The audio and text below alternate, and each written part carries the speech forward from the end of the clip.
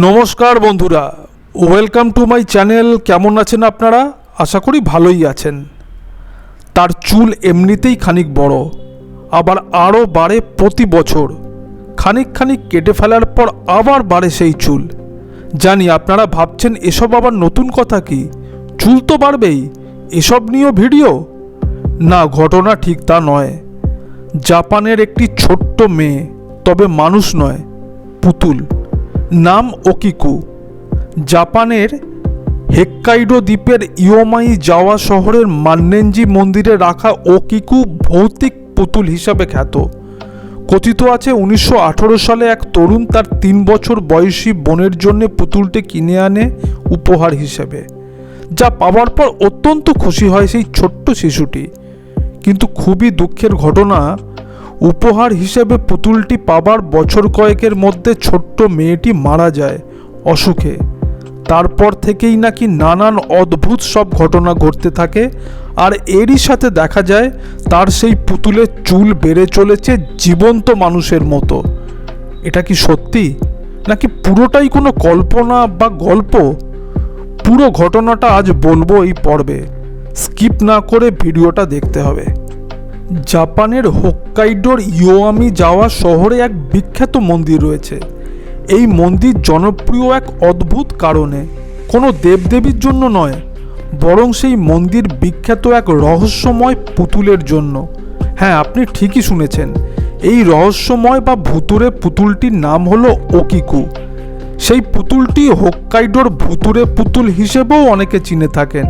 কিন্তু কেন এই পুতুল ভুতুড়ে? প্রচলিত স্থানীয় ধারণা, সাধারণ মানুষের মতো ওকিকু পুতুলেরও মাথার চুল সময়ের সঙ্গে সঙ্গে বৃদ্ধি পায়। স্থানীয় বাসিন্দাদের দাবি, এই পুতুলের মালিকের আত্মাই নাকি বন্দী রয়েছে পুতুলের মধ্যে, আর সেই কারণেই পুতুলের মানুষের মতো খানিক আচরণ, আর তার চুল মানুষের চুলের মতো বৃদ্ধি পায়। বিস্তারিত গল্পে ঢোকার আগে একবার জাপান দেশটাকে দেখে নিই মানচিত্রে। মোট 4টে মেন আইল্যান্ড আছে এই দেশে: হোক্কাইডো, হনশু, শিকোকু আর ইউশু। এছাড়াও আরও প্রায় 4000 ছোট বড় আইল্যান্ড আছে এখানে। পড়শি দেশ Siberian region of Russia, China, North and South Korea. বিখ্যাত শহরগুলো হলো Sapporo, Tokyo, Yokohama, Nagoya, Kyoto, Nara, Osaka, Kobe, Hiroshima, Okinawa. রাজধানী টোকিও।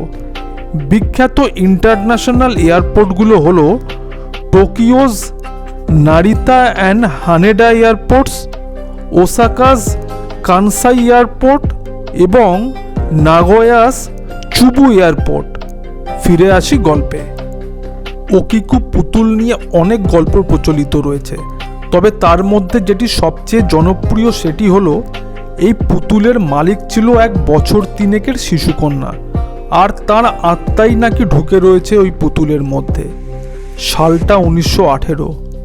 ইকিচি সুজুকি নামে এক 17 বছর বয়সী জাপানি তরুণ সাপ্পোরোতে যান বেড়াতে। তিনি আদতে ইয়োমাইজাওয়ার বাসিন্দা। ঘুরতে ঘুরতে এক পুরনো অ্যান্টিক শপে চোখ আটকে যায় ওই তরুণের।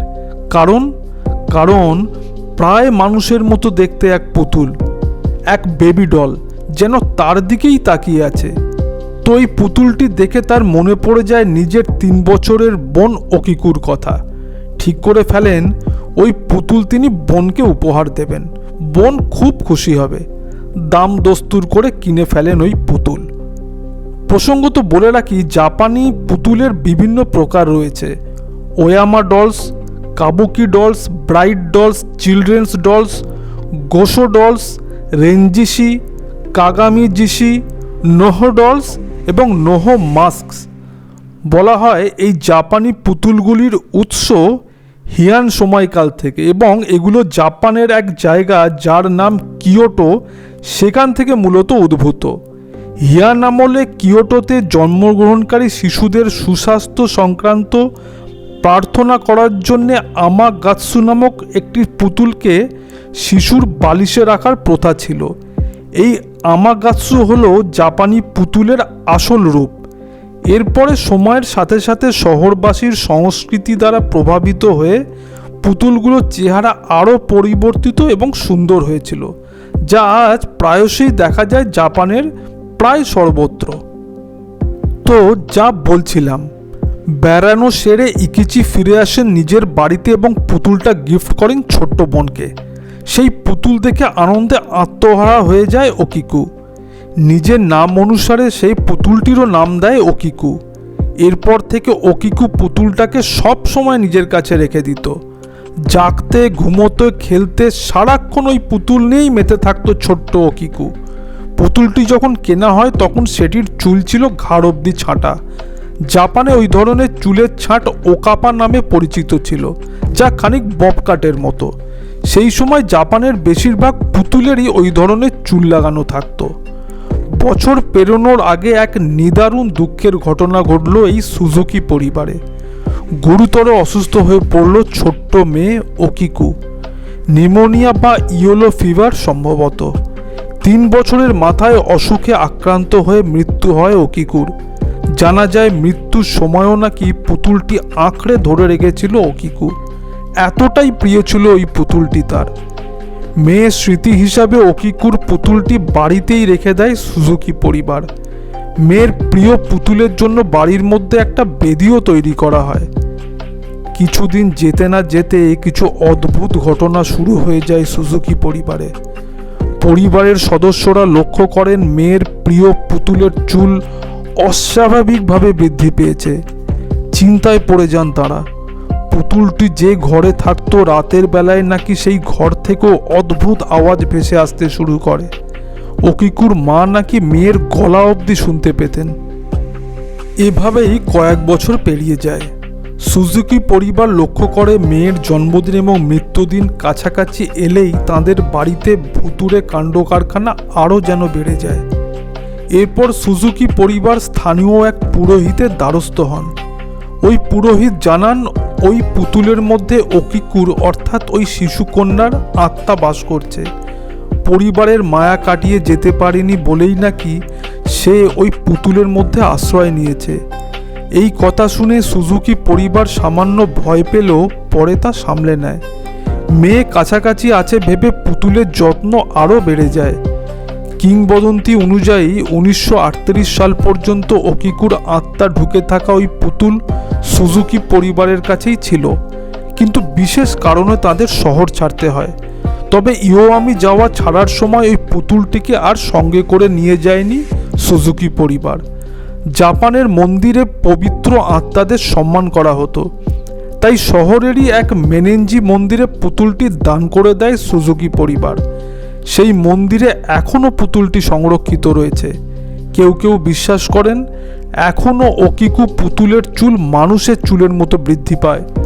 তবে তা সত্যি না মিথ্যে তা জানতে যেতে হবে জাপানে, আর ঢু মেরে আসতে হবে ইওয়ামি যাওয়ার ওই মন্দিরে।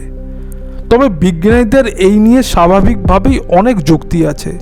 তারা এই চুল বাড়ার ব্যাপারে নানাভাবে ব্যাখ্যা দিয়েছেন এবং বলতে চেয়েছেন যে এর পিছনে আসলে কোনো রহস্য বা অদ্ভুতুরে ব্যাপার নেই, পুরোটাই হয়তো মানুষের ভ্রান্তি। তাই বলে না, তর্কে মিলায় বস্তু, বিশ্বাসে বহুদূর।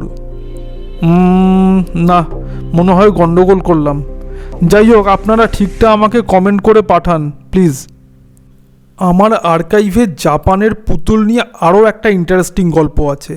যদি ইন্টারেস্টেড থাকেন আমাকে কমেন্ট করে জানাবেন, ওটা নিয়ে আমি একটা সেপারেট ভিডিও বানাবো তাহলে। তো আজ এইটুকু থাক। বিদায় নেবার আগে বলি, ভিডিওটা যদি আপনাদের ভালো লেগে থাকে তাহলে কমেন্ট করে আমাকে জানাবেন। আপনাদের এ বিষয়ে যদি আরও কিছু জানা থাকে শেয়ার করবেন আমাদের সাথে। আমাকে মেলও করতে পারেন factinfactout@gmail.com-এ। ভিডিওটাকে লাইক আর শেয়ার করবেন। চ্যানেলটাকে প্লিজ সাবস্ক্রাইব করে রাখবেন। সবশেষে সকলকে আমার নমস্কার আর আন্তরিক শুভেচ্ছা জানিয়ে বিদায় নিচ্ছি আজকের মতো। ফিরে আসছি আরেকটি ইন্টারেস্টিং ভিডিও নিয়ে। সকলে ভালো থাকবেন।